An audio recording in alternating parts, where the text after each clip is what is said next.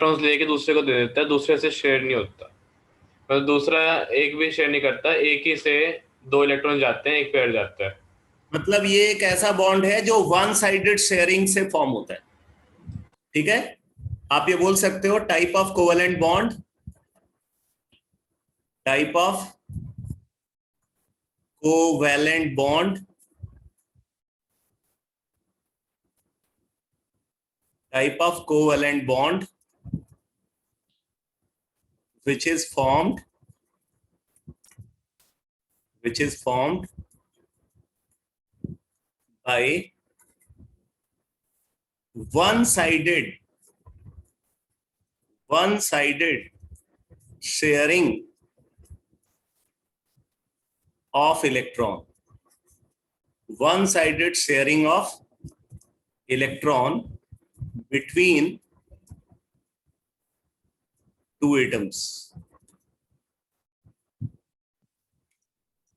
ठीक है, तो ये एक कोवेलेंट बॉन्ड है जो कि कैसे फॉर्म होता है, one sided sharing of electron से फॉर्म होता है, दो एटम के बीच में वन साइडेड शेयरिंग से इस बॉन्ड का फॉर्मेशन होता है। आप इसको ऐसे समझ सकते हो, जैसे मान लो कि हमारे पास एक एटम है एक्स, ठीक है, एक्स के वैलेंस शेल में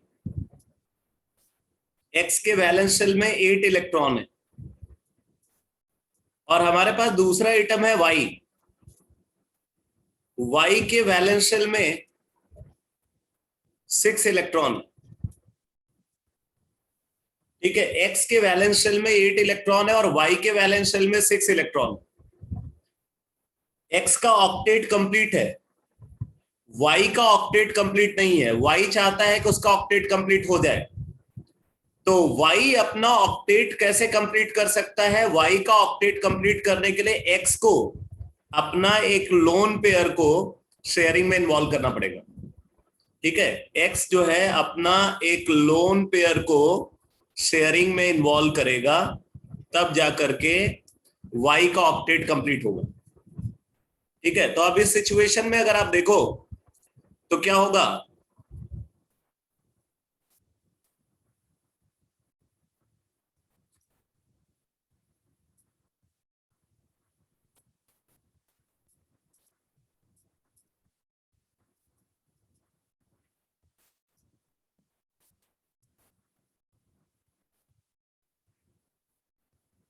ये एटम एक्स की बाउंड्री है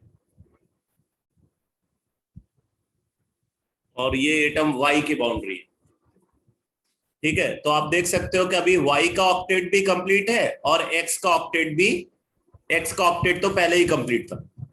तो अब आप इसको इसमें अगर आप देखो तो ये जो शेयर्ड इलेक्ट्रॉन पेयर है, ये shared electron pair basically x का इलेक्ट्रॉन। ठीक है, तो यहाँ पे एक्स ने अपने 2 इलेक्ट्रॉन को शेयरिंग में इन्वॉल्व कर रखा है, वाई ने अपना कोई भी इलेक्ट्रॉन शेयरिंग में इन्वॉल्व नहीं किया है।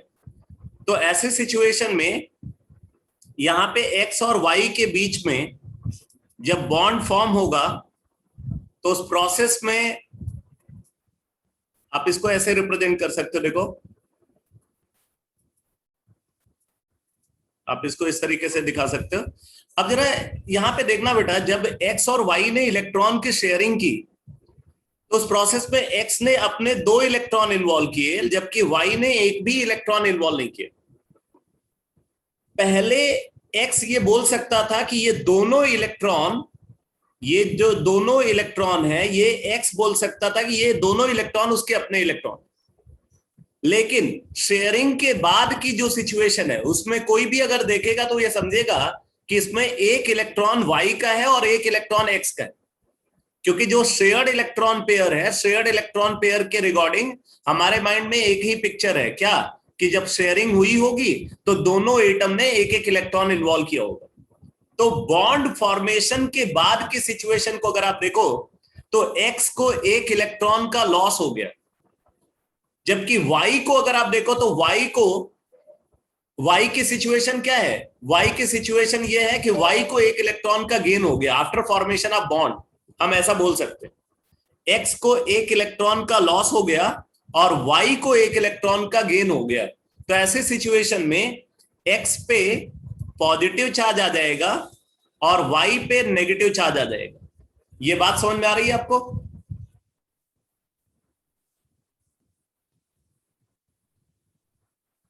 ये समझ में आ रहा है?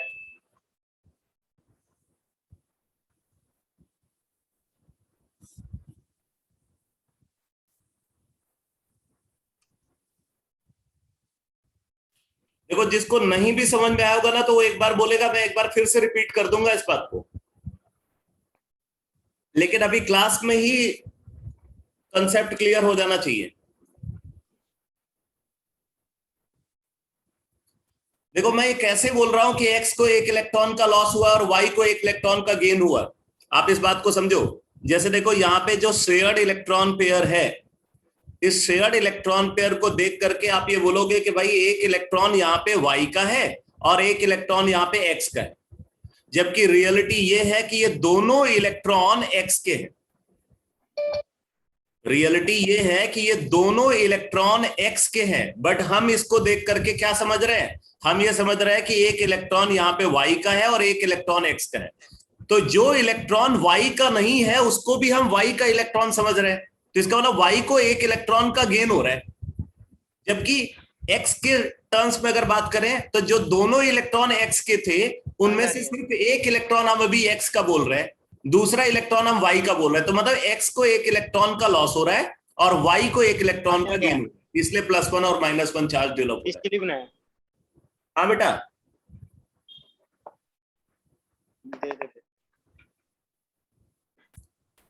क्या कुछ पूछना है?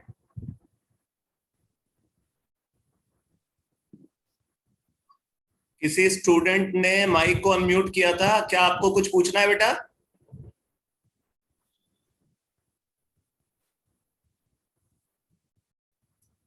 चलो कोई बात नहीं, अगर नहीं पूछना है तो माइक को म्यूट रखो। माइक तभी आपको अनम्यूट करना है जब मैं बोलूंगा।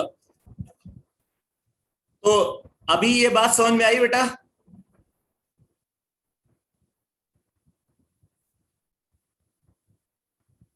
जिसने रिपीट करने के लिए बोला था उसको समझ में आ गया? Yes sir. ओके, अब देखो, हम इसी बॉन्ड को ऐसे भी रिप्रेजेंट कर सकते हैं। इसी बॉन्ड को हम ऐसे भी रिप्रेजेंट कर सकते हैं, x atom Y atom.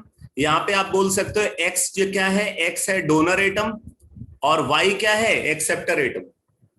X यहां पे डोनर एटम है और वाई क्या है, एक्सेप्टर एटम है। तो कोऑर्डिनेट बॉन्ड की डायरेक्शन हमेशा डोनर एटम से एक्सेप्टर एटम की तरफ होती है। कोऑर्डिनेट बॉन्ड की डायरेक्शन हमेशा डोनर एटम से एक्सेप्टर एटम की तरफ होती है।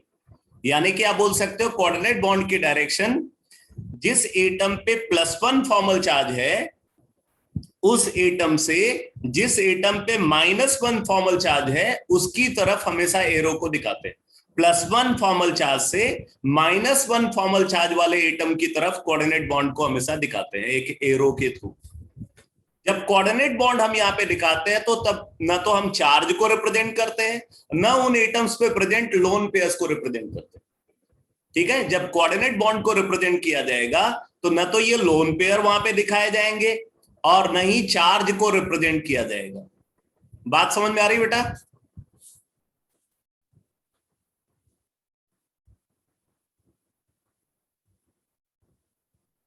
ये पॉइंट क्लियर हुआ सबको? Yes sir. तो ये ध्यान रखना, जब कभी कोऑर्डिनेट बॉन्ड को रिप्रेजेंट करेंगे तो न तो एटम पे चार्ज को रिप्रेजेंट किया जाएगा, न एटम पे प्रेजेंट लोन पेयर को रिप्रेजेंट किया जाएगा। तो ये है कोऑर्डिनेट बॉन्ड की एनालिसिस। अब आ जाते हैं नेक्स्ट कॉन्सेप्ट पे।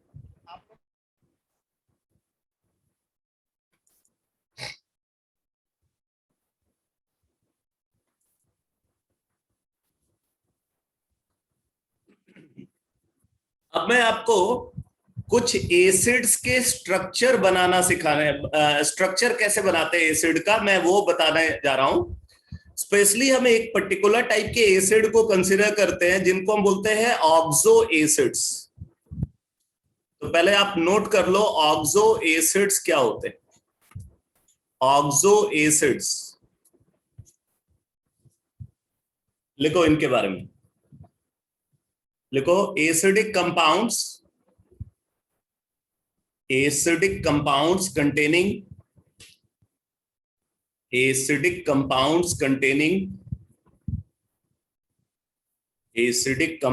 containing oxygen and hydrogen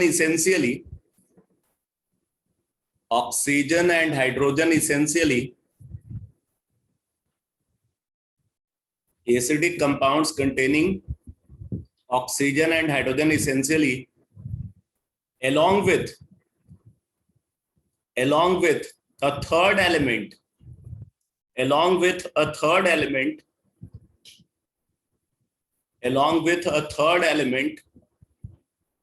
which can be metal or non-metal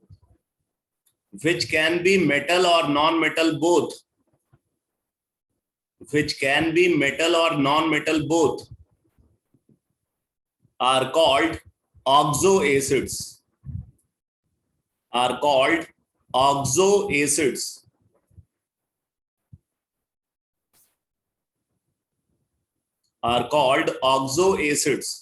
अब एक और इंपॉर्टेंट बात आप नोट करो ऑक्सो एसिड्स के बारे में, लिखो in oxo acids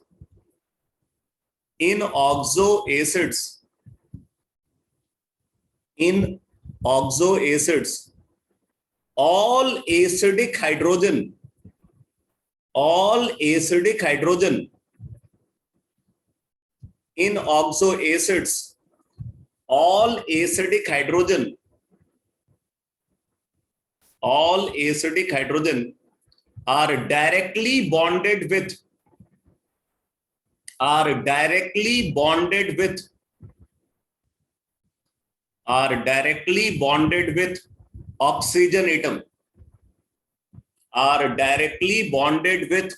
oxygen atom, मैं एक बार फिर से रिपीट कर रहा हूं, in oxo acids all acidic hydrogen are directly bonded with oxygen atom. Therefore,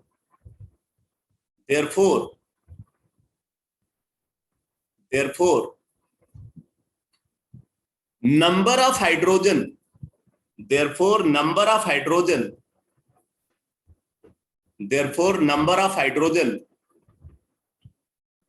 bonded with oxygen atom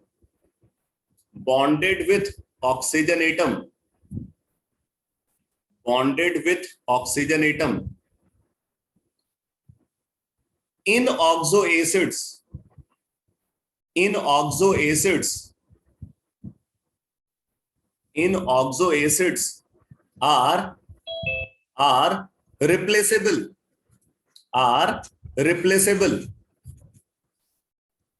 are replaceable.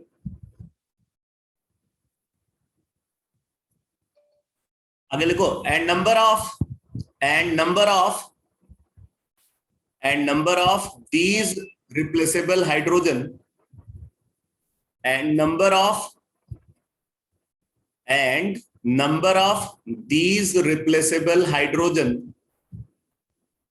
and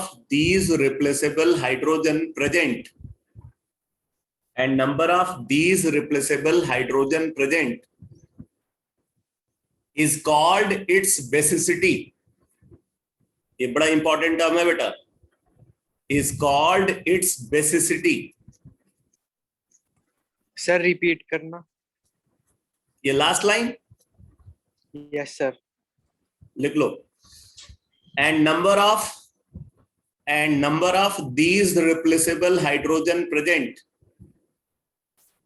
and number of these replaceable hydrogen present is called its basicity. And number of these replaceable hydrogen present is called its basicity.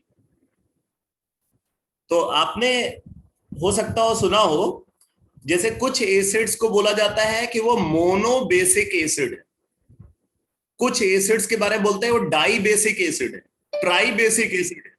ये term अक्सर use करते लोग, monobasic, di basic, tri basic, tetra basic, ठीक है, तो ऐसा term use किया जाता है। तो अगर मोनो बेसिक है तो मतलब वहां पे बेसिसिटी 1 है, अगर डाई बेसिक है तो मतलब बेसिसिटी 2 है, ट्राई बेसिक है तो बेसिसिटी 3 है। तो आप देखो, अगर बेसिसिटी 1 है इसका मतलब सिर्फ एक हाइड्रोजन ऑक्सीजन से बॉन्डेड होगा। अगर डाई बेसिक है इसका मतलब 2 हाइड्रोजन ऑक्सीजन से बॉन्डेड होंगे। अगर ट्राई बेसिक है मतलब 3 हाइड्रोजन ऑक्सीजन से बॉन्डेड होंगे। तो इस तरीके से बेसिसिटी को डिफाइन किया जाता है। बाकी कितने हाइड्रोजन ऑक्सीजन से बॉन्डेड है ये पता करने के लिए आपको कंपाउंड का इलेक्ट्रॉन डॉट स्ट्रक्चर बनाना पड़ेगा, जो मैं अभी आपको बताने जा रहा हूं। ठीक है, तो अब मैं कुछ एग्जाम्पल बताता हूं ऑक्सो एसिड के। For example H2SO4 sulphuric acid बोलते हैं, HNO3 नाइट्रिक एसिड बोलते हैं, H3PO4 फॉस्फोरिक एसिड बोलते हैं, HMNO4 परमैंगनिक एसिड बोलते हैं, H2CrO4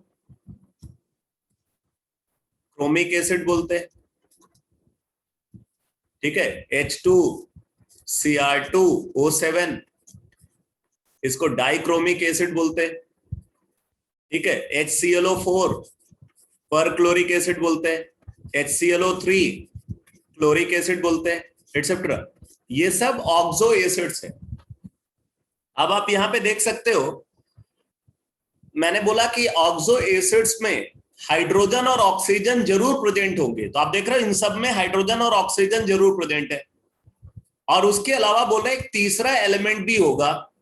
तीसरा एलिमेंट मेटालिक और नॉन मेटालिक दोनों हो सकता है। जैसे देखो यहाँ पे तीसरा एलिमेंट सल्फर है, नॉन मेटल, यहाँ पे नाइट्रोजन है, नॉन मेटल, यहाँ पे फास्फोरस है, नॉन मेटल, यहाँ पे मैग्नीज है, मेटल, ठीक है, ये मेटल है, यहाँ पे क्रोमियम है, मेटल, यहाँ पे भी क्रोमियम है, मेटल, यहाँ पे क्लोरीन है, नॉन मेटल, यहाँ पे क्लोरीन है, नॉन मेटल। तो आप देख रहे हैं जो थर्ड एलिमेंट है वो मेटालिक और नॉन मेटालिक दोनों हो सकता है, ठीक है। अब इसमें एक बात और इंपॉर्टेंट है, आप इसको नोट में लिखो, नोट में लिखो बेटा, लिखो, in oxo acid, in oxo acid, if third element present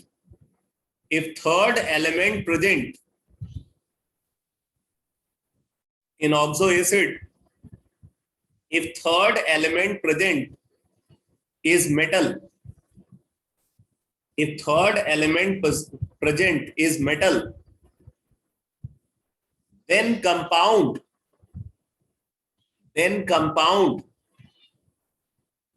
will be acidic, then compound will be acidic,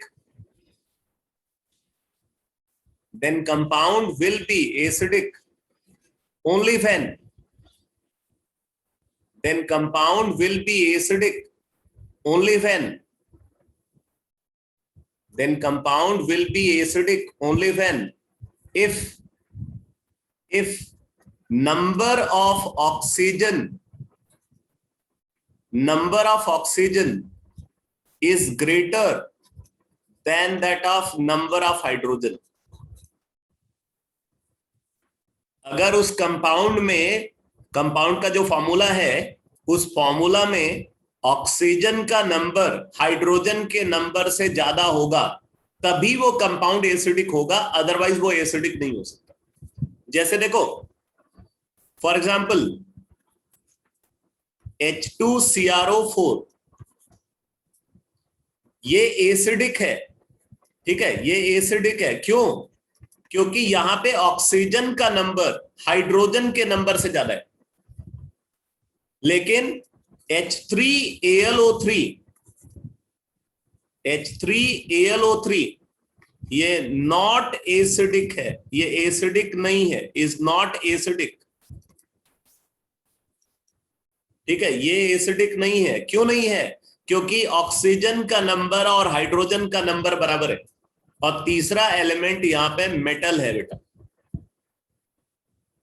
तो अगर थर्ड एलिमेंट मेटल है तो कंपाउंड तभी एसिडिक होगा जब ऑक्सीजन का नंबर हाइड्रोजन के नंबर से ज्यादा होगा,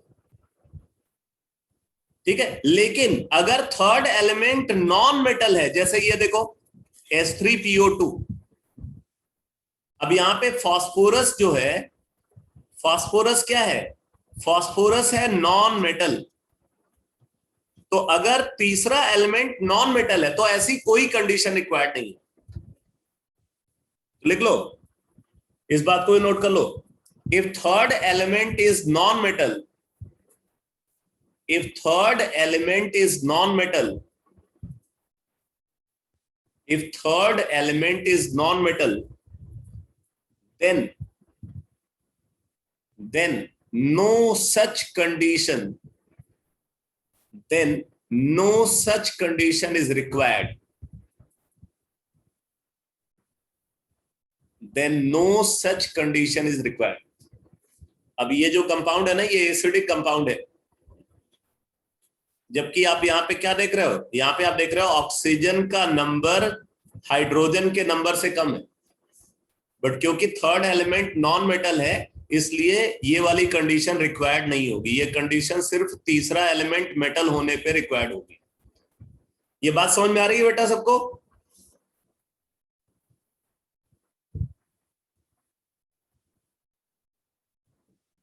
ये पूरा डिस्कशन समझ में आ रहा है?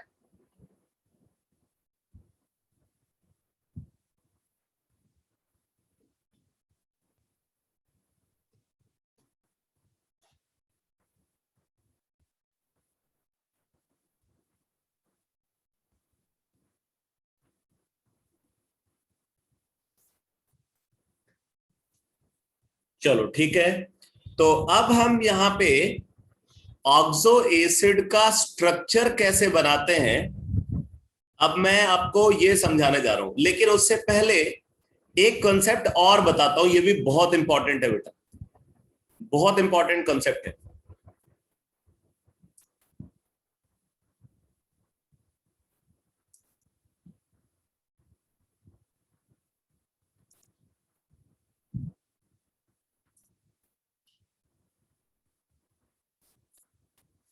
देखो, कई बार ऐसा होता है कि एक ही सेंट्रल एटम होता है, एक ही सेंट्रल एटम के corresponding different oxo acid observe होते हैं।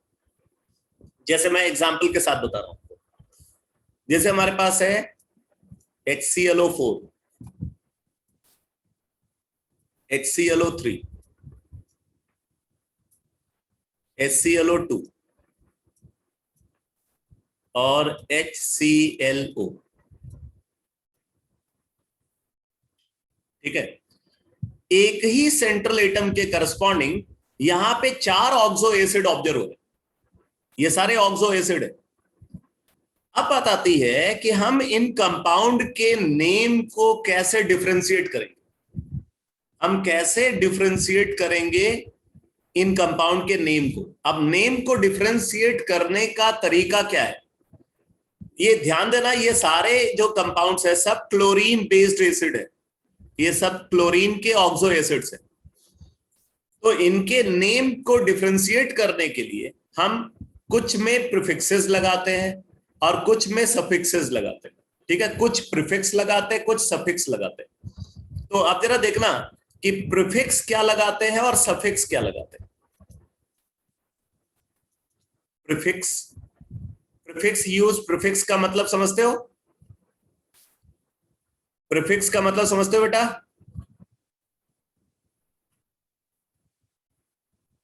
Prefix, yes sir. ठीक है। प्रीफिक्स, प्री मतलब पहले, जो नेम में पहले, जो पार्ट नेम में पहले फिक्स होता है वो प्रीफिक्स है, ठीक है, प्रीफिक्स। इसी तरीके से सफिक्स,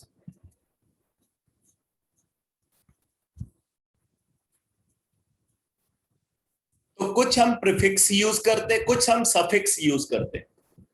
सफिक्स मतलब जो बाद में फिक्स होता है वो सफिक्स है, जो नेम में बाद में फिक्स होता है ना, बाद में अपीयर होता है वो सफिक्स है, जो नेम में पहले अपीयर होता है वो प्रीफिक्स है। अब जैसे देखो जब एक ही सेंट्रल एटम के करस्पॉन्डिंग 4 ऑक्सो एसिड्स हो, ये 4 ऑक्सो एसिड अगर इस सेम सेंट्रल एटम के करस्पॉन्डिंग ऑब्जर्व हो रहे हैं, तो उसका रूल बता रहा हूं आपको। तो ऐसे सिचुएशन में जो दो सबसे ज्यादा ऑक्सीजन वाले ऑक्सो एसिड्स हैं, जिनमें सबसे ज्यादा ऑक्सीजन प्रेजेंट है, ऐसे दो ऑक्सो एसिड के नेम में सफिक्स आता है इक।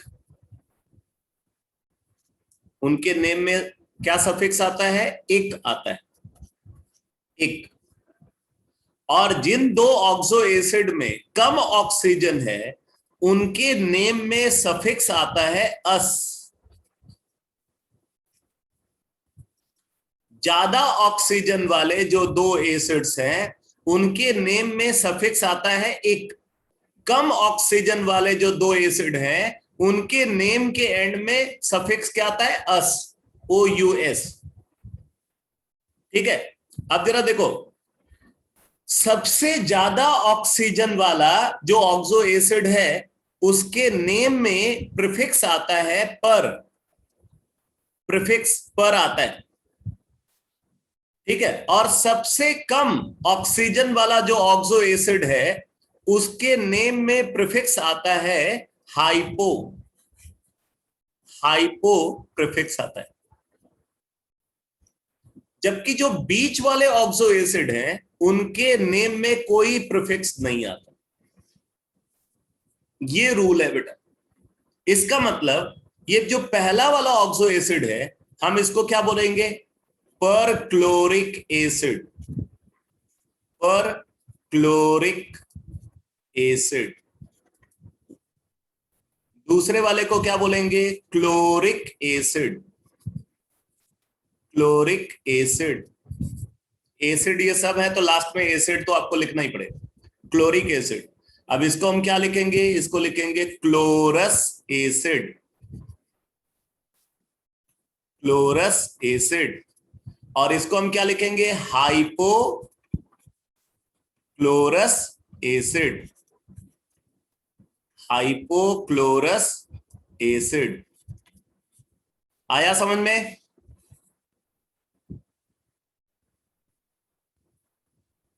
ये नेम समझ में आया कैसे लिख रहे हैं?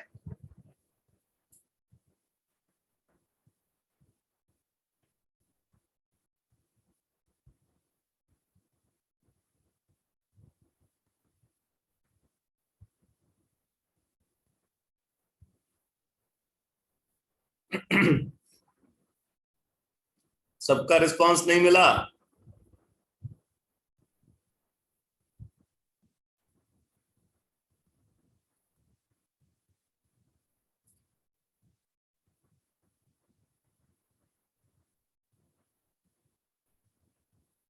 कृत,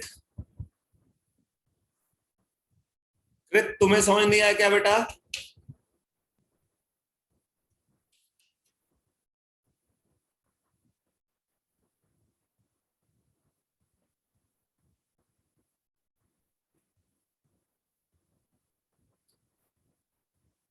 कृत क्लियर हुआ बेटा ये कंसेप्ट?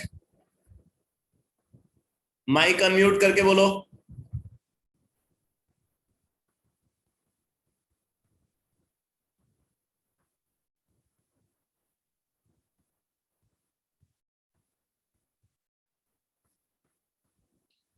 कृत, माइक अनम्यूट करके बोलो बेटा।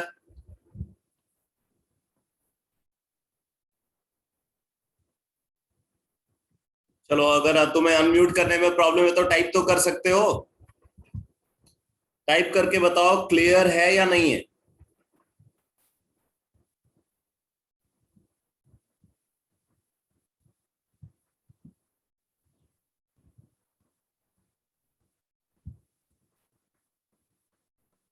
चल, वेरी गुड। रिस्पांस तो दिखा तुझे। अच्छा, तो मैं फिर से रिपीट कर रहा हूं। देखो, मैंने ये बोला कि अगर एक ही सेंट्रल एटम के करस्पॉन्डिंग 4 ऑक्सो एसिड है, सेम सेंट्रल एटम के करस्पॉन्डिंग 4 ऑक्सो एसिड है, यहां पे देख रहे हो सब में सेंट्रल एटम क्लोरीन है। तो ऐसे सिचुएशन में उनके नेम में डिफरेंस क्रिएट करने के लिए हम कुछ सफिक्सेस लगाते हैं और कुछ प्रीफिक्सेस लगाते हैं। सफिक्सेस कैसे लगाते हैं? जिनमें सबसे जिन दो ऑक्सो एसिड में सबसे ज्यादा ऑक्सीजन प्रेजेंट है उनके लिए तो एक सफिक्स लगाते हैं, और जिनमें कम ऑक्सीजन है उनके लिए अ सफिक्स लगाते हैं। ठीक है, ज्यादा ऑक्सीजन वाले के साथ एक सफिक्स और कम ऑक्सीजन वाले के साथ अ सफिक्स लगाते हैं। ठीक है, और प्रीफिक्स कैसे यूज करते हैं? सबसे ज्यादा ऑक्सीजन वाले के साथ एक प्रीफिक्स लगा देते हैं और सबसे कम ऑक्सीजन वाले के साथ एक प्रीफिक्स लगा देते हैं। सबसे ज्यादा वाले के साथ पर प्रीफिक्स लगा देते हैं, सबसे कम वाले के साथ हाइपो प्रीफिक्स लगा देते हैं। बाकी बीच वाले जो दो हैं उनके साथ कोई प्रीफिक्स यूज नहीं किया जाता।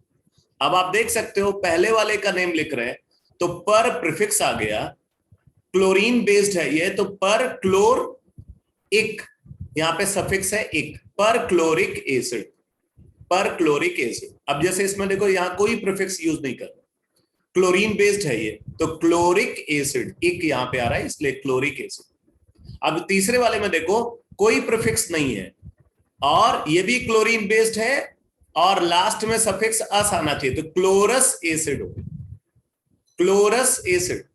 और इसमें अगर आप देखो हाइपो प्रीफिक्स है और अस सफिक्स है, तो हाइपोक्लोरस एसिड। ठीक है, तो इस तरीके से हम नेम को लिखेंगे।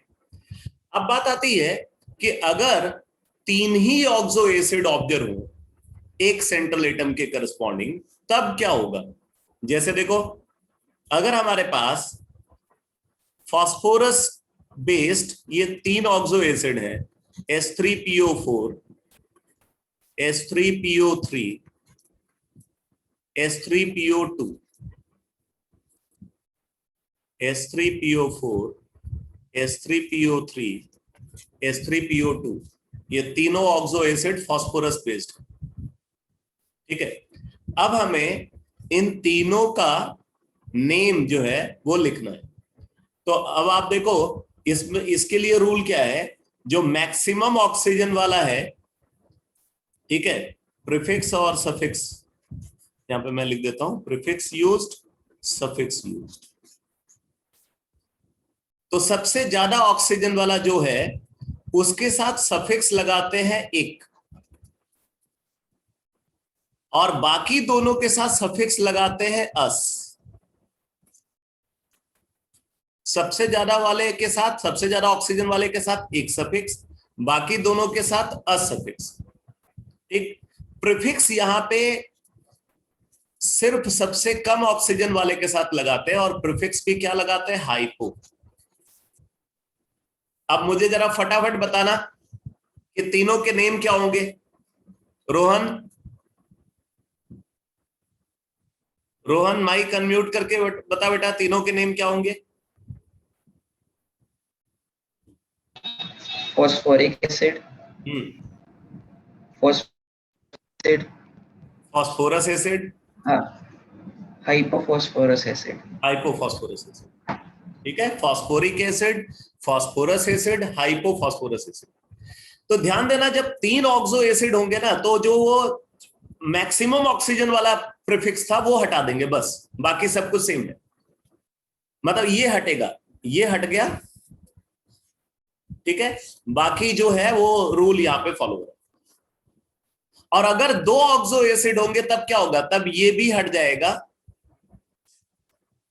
और बाकी ये बीच वाले जो दो हैं ये रूल फॉलो। समझ में आ रहा है बेटा? Yes sir. ठीक है, जैसे देखो, जैसे हमारे पास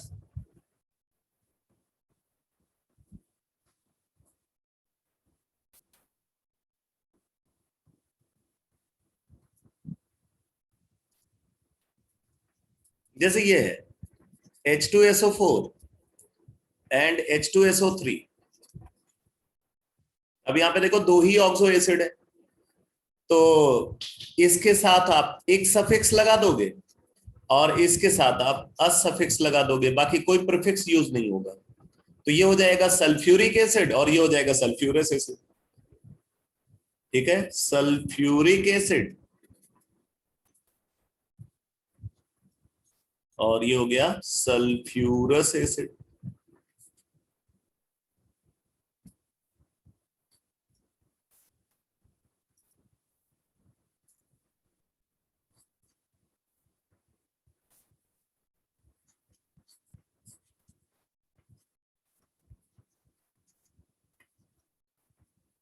अब इसी तरीके से HNO3 है और HNO2 है, बताओ क्या बोलेंगे?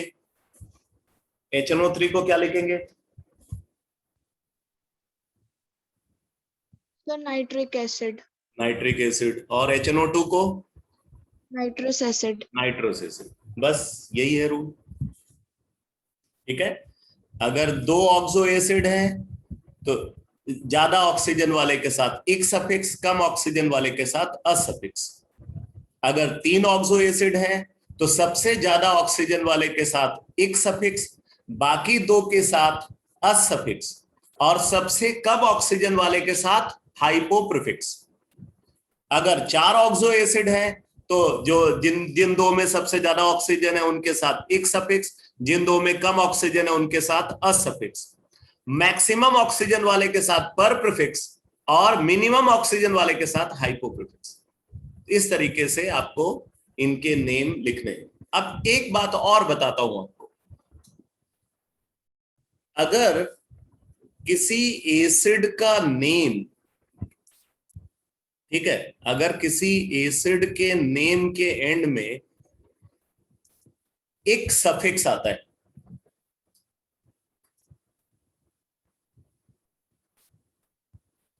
तो आप एक टेबल के फॉर्म में इसको लिख लेंगे। Suffix used in the name of acid. Suffix used in the name of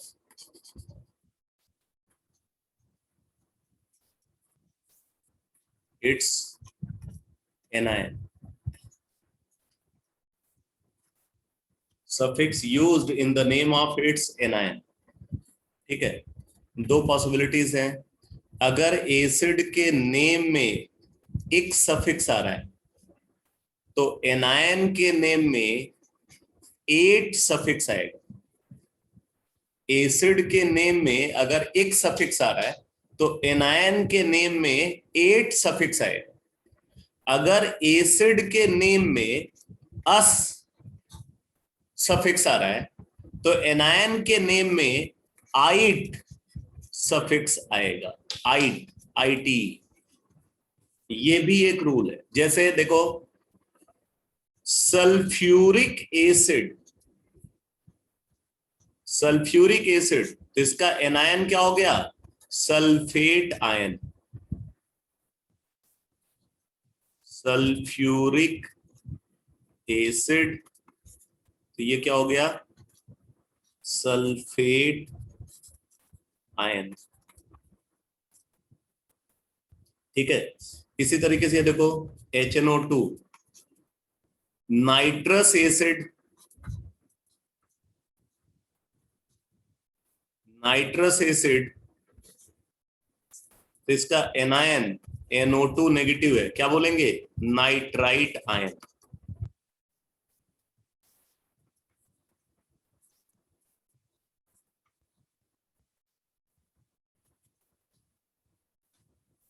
ठीक है, अब जरा मुझे बताना बेटा, HMNO4, ठीक है, HMNO4 ये है पर मैग्निक एसिड। पर मैग्निक एसिड, तो इसके एनायन को क्या बोलोगे बताओ?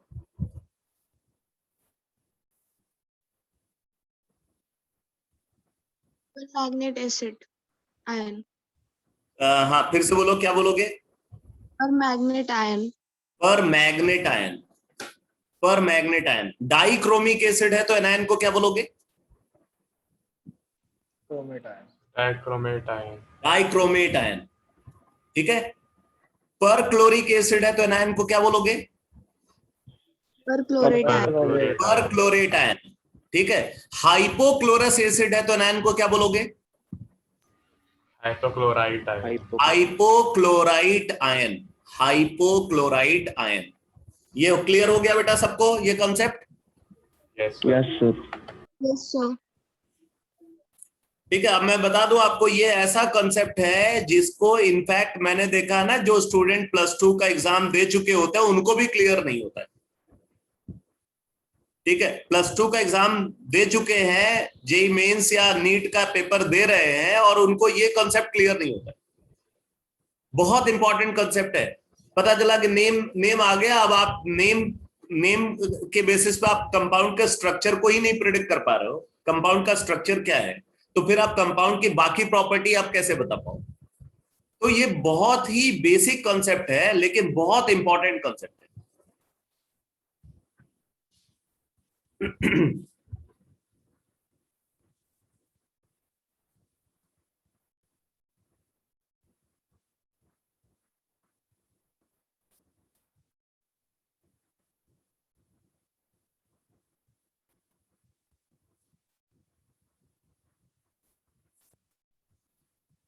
अब देखो बेटा, अगर मान लो हमें किसी ऑक्सो एसिड का स्ट्रक्चर बनाना है, स्ट्रक्चर ऑफ ऑक्सो एसिड या electron dot structure of oxo acid बोल सकते हो।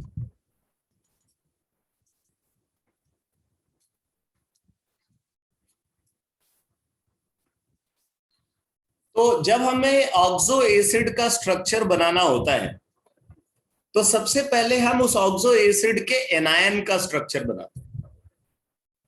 ऑक्सो एसिड का अगर हमें स्ट्रक्चर बनाना है तो सबसे पहले हम उस ऑक्सो एसिड के एनायन का स्ट्रक्चर ड्रॉ करते हैं। एनायन का स्ट्रक्चर ड्रॉ करने के बाद फिर हम ये देखते हैं कि कौन से ऑक्सीजन पे नेगेटिव फॉर्मल चार्ज है। जिस ऑक्सीजन पे नेगेटिव फॉर्मल चार्ज होगा उसी ऑक्सीजन से हाइड्रोजन कनेक्ट करते हैं। ठीक है, तो इस बात को नोट कर लो, लिखो, for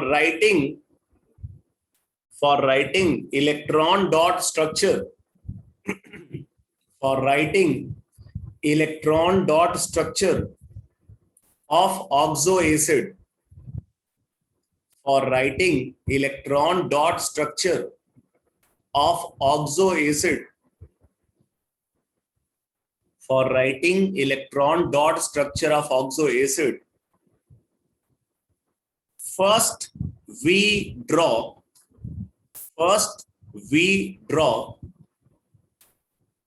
the structure of its anion. First we draw the structure of its anion. First we draw the structure of its anion. And then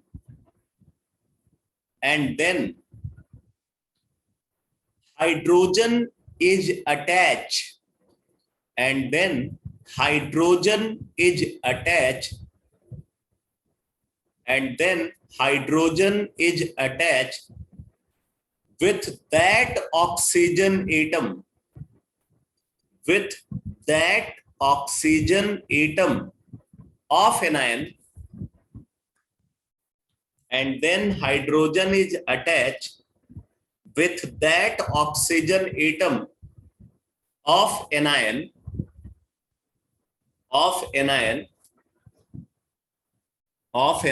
at which negative formal charge is present. At which negative formal charge is present.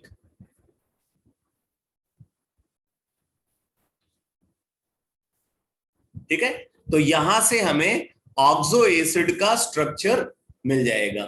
तो अब जैसे देखो, अगर हमें sulphuric acid का structure बनाना है तो हम क्या करेंगे, सबसे पहले सल्फेट आयन का स्ट्रक्चर बनाएंगे।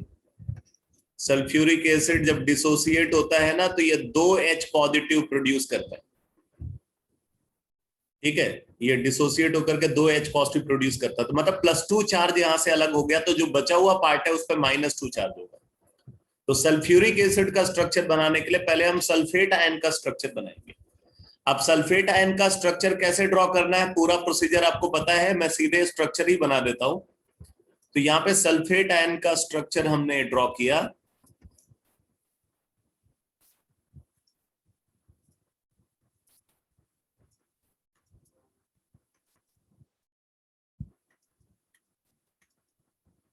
तो सल्फेट आयन का ये स्ट्रक्चर बनता है, इस पे -1 फॉर्मल चार्ज, इस पे -1 फॉर्मल चार्ज। ये सल्फेट आयन का स्ट्रक्चर है। बाकी एनायन का स्ट्रक्चर जब कभी हम बनाते हैं तो क्या करते हैं, स्ट्रक्चर को हमेशा ब्रैकेट के अंदर इनक्लोज करते हैं। अब देखो, आपको पता है कि ये 2 हाइड्रोजन यहां से अलग हुए। ऑब्वियसली ये 2 हाइड्रोजन पहले उसी मॉलिक्यूल के अंदर प्रेजेंट थे, किसी न किसी एटम के साथ बॉन्डेड रहे होंगे। अब हाइड्रोजन कौन से ऑक्सीजन से जुड़ेगा, उसके बारे में अभी मैंने बताया आपको कि हाइड्रोजन हमेशा उस ऑक्सीजन से जुड़ेगा जिसपे नेगेटिव फॉर्मल चार्ज रहा होगा। जिस ऑक्सीजन पे नेगेटिव फॉर्मल चार्ज है वहां से हाइड्रोजन जुड़ेगा। यानी कि सल्फ्यूरिक एसिड का जो स्ट्रक्चर बनेगा वो स्ट्रक्चर ये होगा।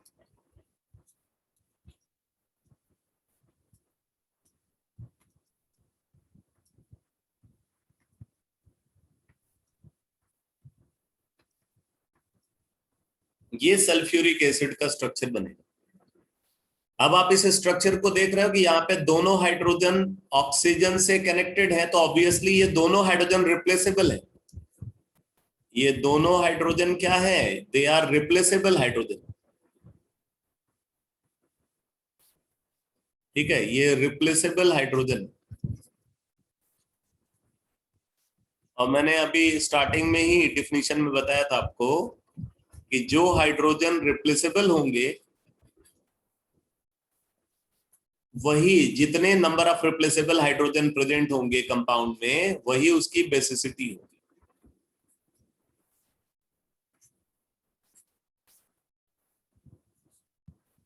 इसलिए इसकी बेसिसिटी होगी 2।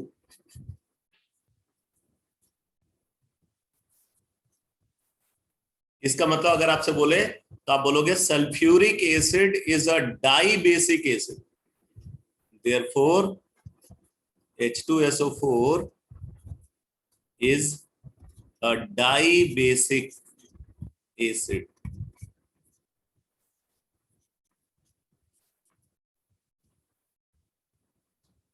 बेटा ये पूरा अप्रोच समझ में आ रहा है सबको?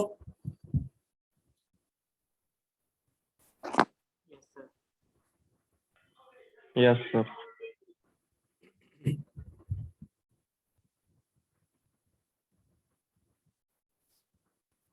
हर इंफॉर्मेशन को सिस्टमेटिकली नोट करो। तनिष्क, क्या रिपीट करना है बेटा?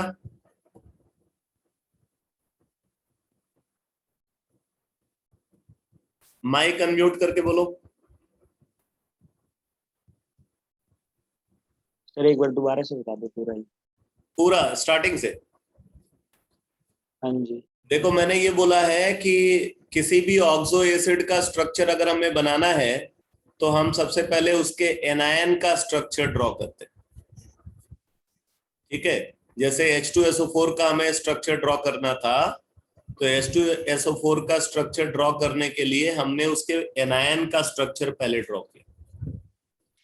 अब एनायन क्या होगा, हम ये देख लेते हैं भाई कि कितने एसिडिक हाइड्रोजन है उसके अंदर। वो सारा एसिडिक हाइड्रोजन हटा दिया। जैसे 2 एसिडिक हाइड्रोजन है, मतलब +2 चार्ज हमने यहां से अलग कर दिया। एक हाइड्रोजन पे +1 है तो 2 पे +2 होगा, तो +2 चार्ज अलग कर दिया, तो बचे हुए पार्ट पे -2 चार्ज होगा, बिकॉज ये पूरा कंपाउंड इलेक्ट्रिकली न्यूट्रल था, तो इस पे -2 चार्ज है।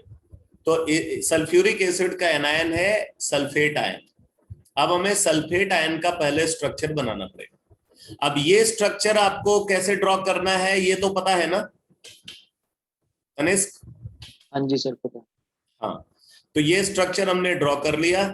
फिर हमने देखा कि भाई कौन कौन से ऑक्सीजन पे नेगेटिव फॉर्मल चार्ज है।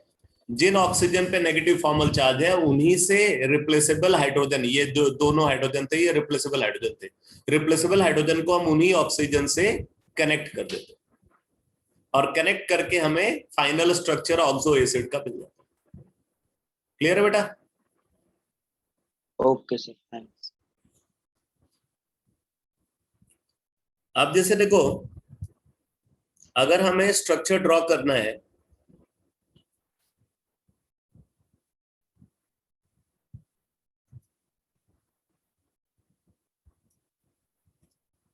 परक्लोरिक एसिड, परक्लोरिक एसिड क्या करेंगे हम, इसके एनायन का स्ट्रक्चर ड्रॉ करेंगे, इसके एनायन का स्ट्रक्चर ड्रॉ करेंगे। तो इसका एनायन है परक्लोरेट आयन। अब परक्लोरेट आयन का स्ट्रक्चर हमने ड्रॉ किया, तो परक्लोरेट आयन का स्ट्रक्चर ऐसा बनता है।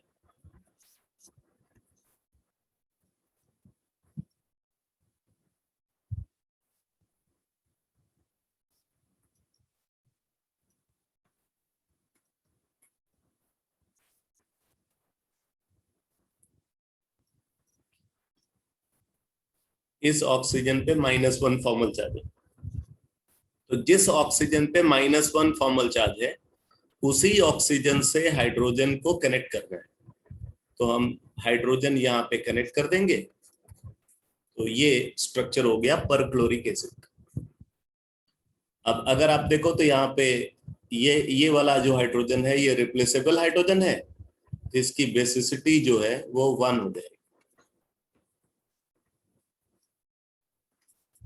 मतलब ये मोनोबेसिक एसिड है। अब जैसे अगर हमें स्ट्रक्चर ड्रॉ करना है H3PO4 का, H3PO4 का स्ट्रक्चर ड्रॉ करना है, तो उसी तरीके से इसको भी आयनाइज करके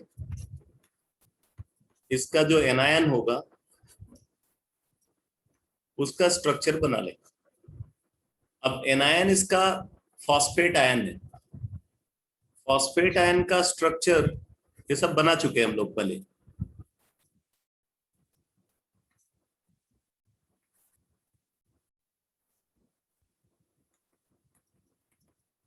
इस पे -1 फॉर्मल चार्ज है, इस पे भी -1 फॉर्मल चार्ज है, इस पे भी -1 फॉर्मल चार्ज है, और यहाँ पे कोई चार्ज नहीं है। तो अब हम क्या करेंगे, जिन ऑक्सीजन पे नेगेटिव फॉर्मल चार्ज है उन्हीं ऑक्सीजन से हाइड्रोजन को कनेक्ट कर देंगे। तो एक हाइड्रोजन यहां पे आ जाएगा,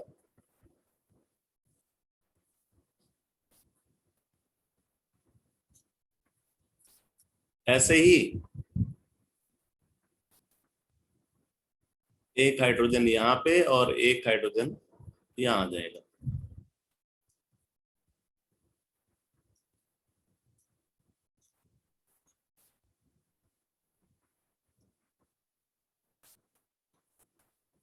तो ये H3PO4 का स्ट्रक्चर है, फॉस्फोरिक एसिड का स्ट्रक्चर। यहाँ पे तीनों हाइड्रोजन ऑक्सीजन से कनेक्टेड है, तो बेसिसिटी इसकी 3 है। तो अभी आपको लग रहा होगा कि भाई हम क्यों इतना फालतू दिमाग लगा रहे हैं, अब तो देख रहे हैं कि भाई हर स्ट्रक्चर में जितने हाइड्रोजन है सारे के सारे हाइड्रोजन रिप्लेसेबल है, तो सबकी बेसिसिटी उसमें जितने हाइड्रोजन प्रेजेंट है उसके बराबर है। लेकिन ऐसा हमेशा नहीं होगा बेटा, ये तो आप कोइंसिडेंटली हमने अब तक जितने स्ट्रक्चर बनाए हुए हैं उन स्ट्रक्चर में जितना भी हाइड्रोजन फॉर्मूला के अंदर है सारा हाइड्रोजन रिप्लेसेबल है, लेकिन ऐसा हमेशा नहीं होगा। अब जैसे देखो, अगर मैं आपसे बोलूं कि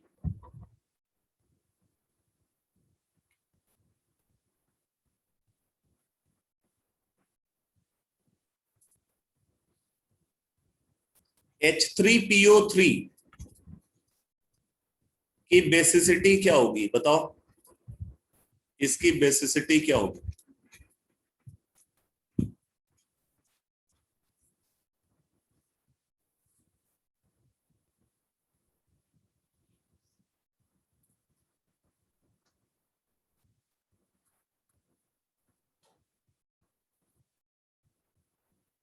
क्या होना चाहिए बोलो? सर 2। 2 होनी चाहिए। किसने आंसर किया 2? सर यक्ष। यक्ष ने आंसर किया। यक्ष कैसे पता चला तुम्हें 2 है बेटा? सर PO3 पे 2 नेगेटिव चार्ज होता है। PO3 पे 2 नेगेटिव चार्ज होता है। यस। अच्छा, चल मान लेते हैं तेरी बात सही है। ये बता बेटा, जब तूने ये 3 हाइड्रोजन यहां से हटाया, इस पे 2 नेगेटिव चार्ज ही कैसे रहा?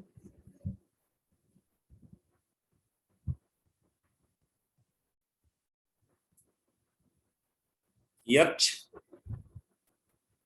Yes sir. तुमने यहां से 3 हाइड्रोजन हटाया है ना? Yes sir.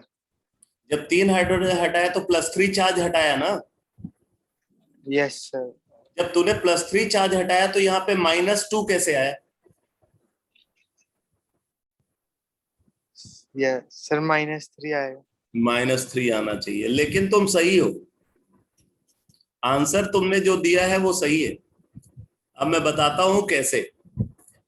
इसके लिए आपको जो फास्फोरस के ऑक्सो एसिड्स है ना, उनके बारे में नोट करना पड़ेगा। नोट में लिखो, नोट में लिखो इस इंफॉर्मेशन को, काफी इंपॉर्टेंट है। लिखो, in oxo acids of phosphorus, in oxo acids of phosphorus, in oxo acids of phosphorus, following structural feature must be present.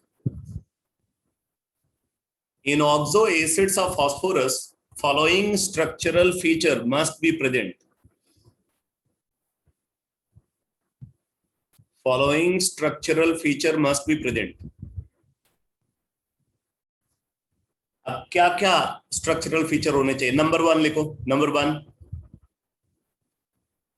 Number one लिखो, phosphorus must be pentavalent. Phosphorus must be pentavalent. क्या मतलब है बेटा इसका? 5 balance है sir 4 valency. Phosphorus को 5 bond बनाने पड़ेंगे, 5 कोवैलेंट बॉन्ड बनाने पड़ेंगे। लिख लो, it means phosphorus must form, it means phosphorus must form 5 covalent bond. It means phosphorus must form 5 covalent bond.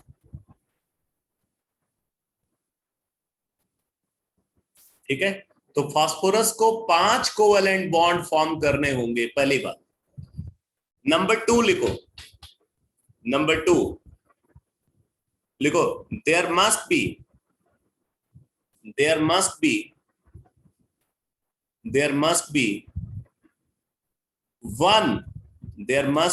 one phosphorus oxygen double bond, phosphorus oxygen double bond present inside the compound,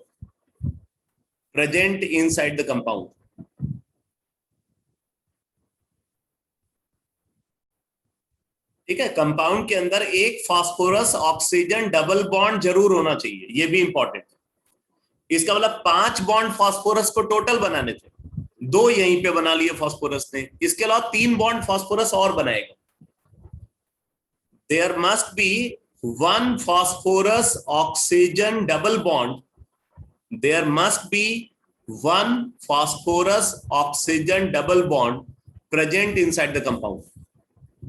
ये second point. तो phosphorus को total 5 bond बनाने हैं और एक phosphorus oxygen double bond उन acid में जरूर होना चाहिए। मतलब फास्फोरस ने 2 बॉन्ड तो एक ही ऑक्सीजन के साथ बना लिया। अब बचे 3 बॉन्ड। अब वो 3 बॉन्ड जो है वो कैसे फॉर्म करेगा, नोट करो। नेक्स्ट पॉइंट, थर्ड पॉइंट लिखो। लिखो all oxygen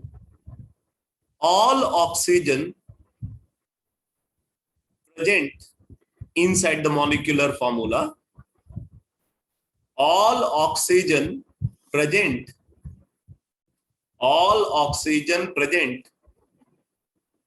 inside the molecular formula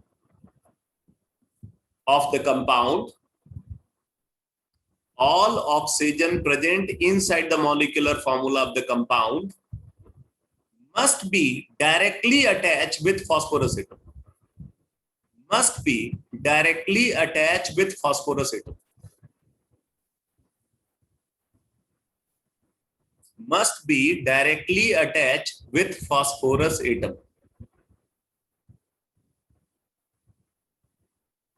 ठीक है, तो बोल रहे हैं कि बाकी जो ऑक्सीजन कंपाउंड के अंदर है वो भी डायरेक्टली फास्फोरस से बॉन्डेड होने चाहिए।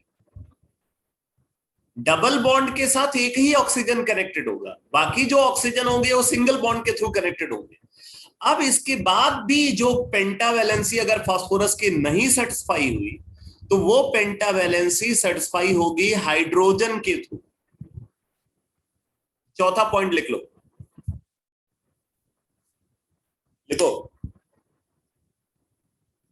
लिखो the rest valency of phosphorus, the rest valency of phosphorus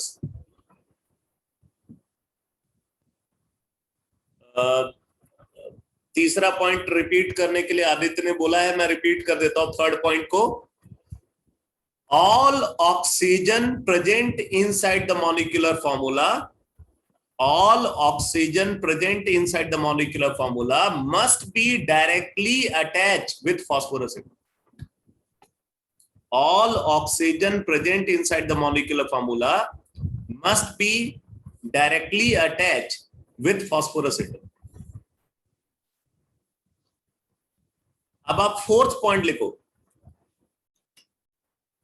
the rest valency or remaining valency, the remaining valency of phosphorus, the remaining valency of phosphorus is satisfied. The remaining valency of phosphorus is satisfied. The remaining valency of phosphorus is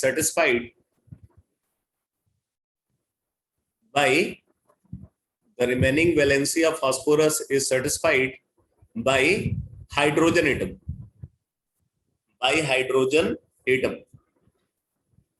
ठीक है, अब देखो इस basis पर आप फटाफट structure बना सकते हो। जैसे देखो हमारे पास है S3PO4, अभी जो स्ट्रक्चर बनाया था, अब इसको इस बेसिस पे अटेम्प्ट करते हैं। तो फास्फोरस हो गया सेंट्रल एटम, एक फास्फोरस ऑक्सीजन डबल बॉन्ड जरूर होना चाहिए। ठीक है, ये हमने बना लिया। अब इसके बाद देखो टोटल 4 ऑक्सीजन है, एक तो यहां आ गया, 3 ऑक्सीजन और बचे हुए, तो वो तीनों ऑक्सीजन सीधे फास्फोरस से जुड़ेंगे बाय सिंगल बॉन्ड। फास्फोरस की पेंटावैलेंसी सेटिस्फाई हो गई। ठीक है, अब बाकी ये जो हाइड्रोजन है, ये हाइड्रोजन उस ऑक्सीजन से जुड़ेंगे जो सिंगल बॉन्ड से अटैच है विद फास्फोरस। तो एक हाइड्रोजन यहां पे आ गया, एक हाइड्रोजन यहां पे आ गया, एक हाइड्रोजन यहां पे आ गया। बाकी आप जो आपका एक्सपीरियंस है उसके बेसिस पे लोन पेयर को आप अरेंज कर सकते हो। ये हो गया S3PO4 का स्ट्रक्चर। अब जैसे S3PO3 का स्ट्रक्चर अगर आपको ड्रॉ करना है, अब S3PO3 का स्ट्रक्चर कैसे ड्रॉ होगा? P डबल बॉन्ड होना ही चाहिए। बाकी इस फॉर्मूला में टोटल 3 ऑक्सीजन है, एक यहां आ गया, 2 और बचे हुए, 2 ऑक्सीजन और बचे हुए, तो एक यहां आ गया, एक यहां आ गया। अब देखो फास्फोरस ने अब तक 4 ही बॉन्ड बनाए हैं, पेंटावैलेंसी सेटिस्फाइड नहीं है, तो एक वैलेंसी यहाँ पे हाइड्रोजन के थ्रू सेटिस्फाई हो जाएगी, तो यहाँ पे एक हाइड्रोजन आकर के जुड़ जाएगा। ठीक है, अब आप देखो बाकी जो हाइड्रोजन है वो उस ऑक्सीजन से जुड़ेगा जो सिंगल बॉन्ड से अटैच है, तो एक हाइड्रोजन यहाँ पे आया, एक हाइड्रोजन यहाँ पे आया। अब देखो ये स्ट्रक्चर है S3PO3 का। अब इस स्ट्रक्चर में आप देख रहे हो ये वाला हाइड्रोजन ऑक्सीजन से कनेक्टेड है, ये वाला हाइड्रोजन ऑक्सीजन से कनेक्टेड, सिर्फ 2 हाइड्रोजन ऑक्सीजन से कनेक्टेड है, ये वाला हाइड्रोजन फास्फोरस से कनेक्टेड है, तो ये रिप्लेस नहीं होगा। ठीक है, ये वाला हाइड्रोजन रिप्लेस नहीं होगा, सिर्फ ये 2 हाइड्रोजन रिप्लेस होंगे, इसलिए इसकी बेसिसिटी क्या हो गई, इसकी बेसिसिटी हो गई 2। जबकि यहाँ पे देखो, यहाँ पे ये तीनों रिप्लेस हो जाएंगे हाइड्रोजन, बिकॉज तीनों ऑक्सीजन से कनेक्टेड है, इसलिए इसकी बेसिसिटी हो जाएगी 3। आ रहा है समझ में बेटा अप्रोच?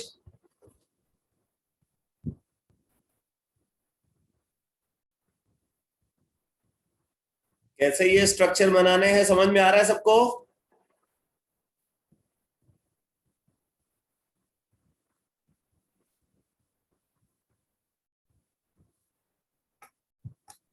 आप अगर इसको सिस्टमेटिकली फॉलो करो, अपना दिमाग मत लगाओ, जैसे बता रहा हूं वैसे आप प्रोसीड करो, आप मास्टर हो जाओगे स्ट्रक्चर बनाने में।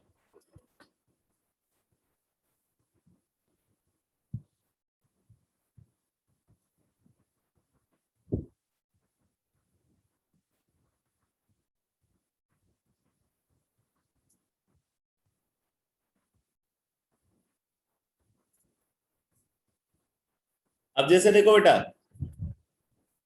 हमें स्ट्रक्चर ड्रॉ करना है H3PO2 का। स्ट्रक्चर ड्रॉ करके बताओ इसकी बेसिसिटी क्या है।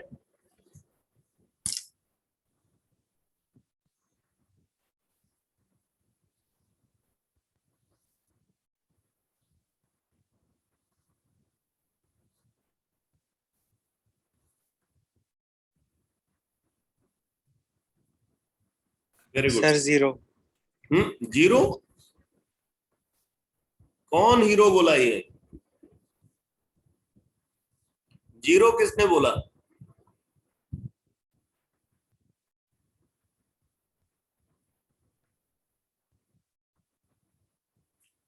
कोई 3 भी बता रहा है। अरे भाई, अभी जो बात मैंने बताई है उसको फॉलो करो ना। एक फास्फोरस ऑक्सीजन डबल बॉन्ड होना चाहिए, 2 ऑक्सीजन टोटल है, एक यहां आ गया, एक ऑक्सीजन जो बचा हुआ है वो सीधे फास्फोरस से ही कनेक्टेड होना चाहिए, तो एक ऑक्सीजन यहां आ गया। टोटल अब तक 3 ही बॉन्ड बनाए हैं फास्फोरस ने, बाकी वैलेंसी वो हाइड्रोजन के थ्रू सेटिस्फाई करेगा। एक हाइड्रोजन और बचा हुआ है तो वो हाइड्रोजन ऑक्सीजन से, सिंगल बॉन्डेड ऑक्सीजन से जुड़ जाएगा। तो ये है स्ट्रक्चर H3PO2 का। अब आप देख सकते हो कि यहाँ पे सिर्फ यही वाला हाइड्रोजन रिप्लेस हो पाएगा क्योंकि ये सीधे ऑक्सीजन से बॉन्डेड है, बाकी जो हाइड्रोजन रिप्लेसेबल नहीं है, इसलिए इसकी बेसिसिटी हो गई 1।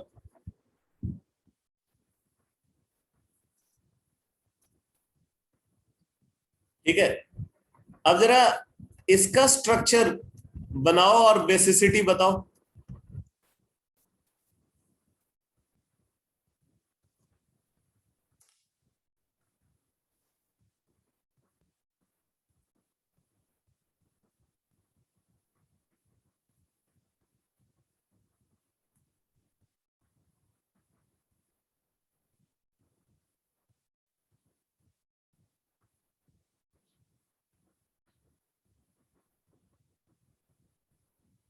Very good Radhika, very good बेटा।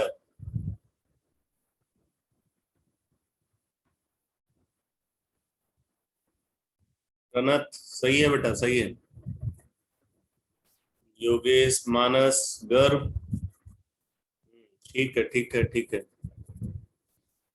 देखो अब यहाँ पे 2 सेंट्रल एटम होंगे बेटा, 2 सेंट्रल एटम यहाँ पे होंगे, दोनों से एक एक ऑक्सीजन डबल बॉन्ड के थ्रू कनेक्ट कर दो। ठीक है, बाकी जो यहाँ पे ऑक्सीजन है देखो, तो यहाँ पे टोटल 7 ऑक्सीजन है, 2 तो यहाँ आ गए, 5 और बचे हुए। अब 5 का सिमेट्रिकल डिस्ट्रीब्यूशन अगर आपको करना है तो एक तो दोनों के बीच में रखना पड़ेगा।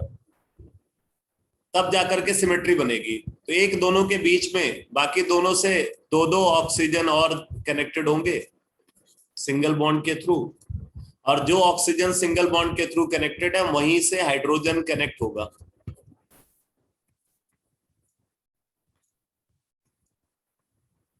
ये H4P2O7 का स्ट्रक्चर है। अब इस स्ट्रक्चर में आप देखो, ये वाला हाइड्रोजन रिप्लेसेबल है, ये वाला हाइड्रोजन रिप्लेसेबल है, ये वाला हाइड्रोजन रिप्लेसेबल है, ये वाला हाइड्रोजन रिप्लेसेबल है, चारों हाइड्रोजन रिप्लेसेबल है। इसलिए इसकी बेसिसिटी क्या हो गई, इसकी बेसिसिटी हो जाएगी 4। ठीक है, तो इसको, इस कंपाउंड को बोलते हैं बेटा Meta phosphoric acid, Meta phosphoric acid.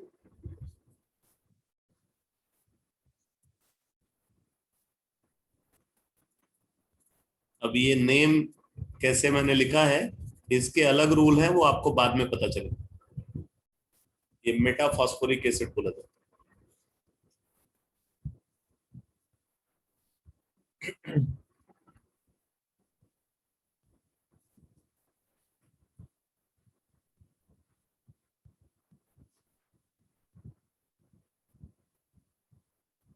तो आप इस तरीके से जितने भी ऑक्सो एसिड्स हैं, हर ऑक्सो एसिड का स्ट्रक्चर बना सकते हैं। जरा आप ये पर मैग्निक एसिड का स्ट्रक्चर बनाओ, पर मैग्निक एसिड का स्ट्रक्चर बनाओ।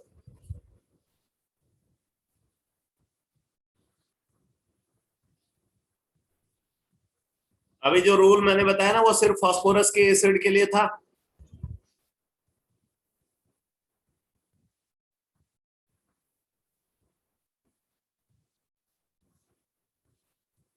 अब इसमें आपको फिर से वैसे सिस्टमेटिकली जाना पड़ेगा। पहले इसके एनायन का स्ट्रक्चर बनाओ, एनायन का स्ट्रक्चर ड्रॉ करने के बाद फिर जिस ऑक्सीजन पे नेगेटिव फॉर्मल चार्ज है वहां से हाइड्रोजन कनेक्ट करो।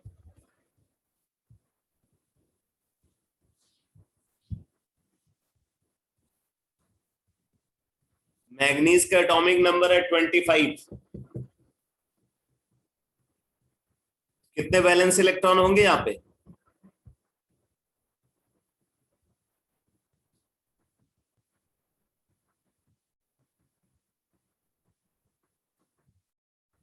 हम्म, 7 सही है।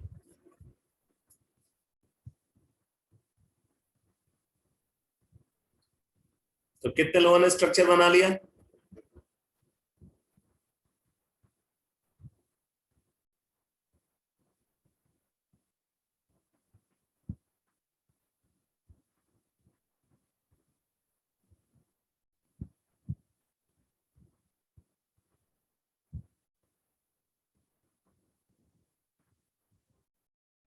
गुड।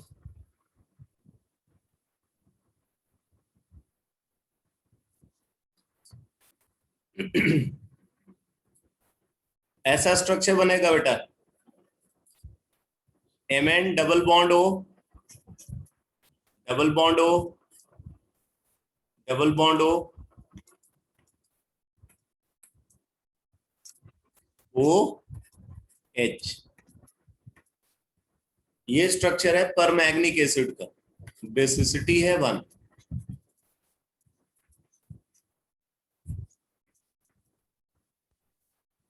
बेसिसिटी इसकी 1। अच्छा, H4P2O5 की बेसिसिटी बताओ।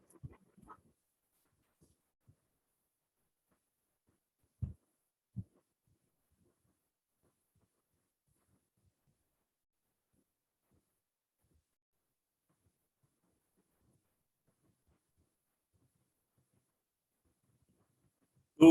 Very good Aditya, very good. Pranat ने सही आंसर किया है। इसके लिए भी वही काम करना है आपको, स्ट्रक्चर बना लेना है फटाफट। P double bond O, P double bond O, 5 oxygen है तो सिमेट्री के लिए एक ऑक्सीजन दोनों के बीच में आएगा। बच गए 2 ऑक्सीजन, तो 1 ऑक्सीजन यहाँ पे और 1 ऑक्सीजन यहाँ पे। बाकी फास्फोरस की वैलेंसी सर्टिफाई करने के लिए 1 हाइड्रोजन यहाँ, 1 हाइड्रोजन यहाँ, और सिंगल बॉन्डेड ऑक्सीजन के साथ 1-1 हाइड्रोजन जोड़ दो। तो ये हो गया H4P2O5 का स्ट्रक्चर। ये वाला हाइड्रोजन रिप्लेस हो जाएगा, ये वाला हाइड्रोजन रिप्लेस हो जाएगा, तो बेसिसिटी इसकी आ जाएगी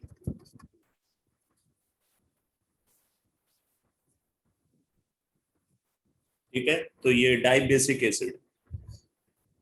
तो जो इलेक्ट्रॉन डॉट स्ट्रक्चर का कंसेप्ट है बेटा, वो मैंने फिनिश कर दिया है। अब मैं नेक्स्ट क्लास में, कल वाली क्लास में मैं स्टार्ट करूंगा रिडॉक्स रिएक्शन का डिस्कशन। ठीक है, कल रिडॉक्स रिएक्शन को स्टार्ट करेंगे। ओके बेटा।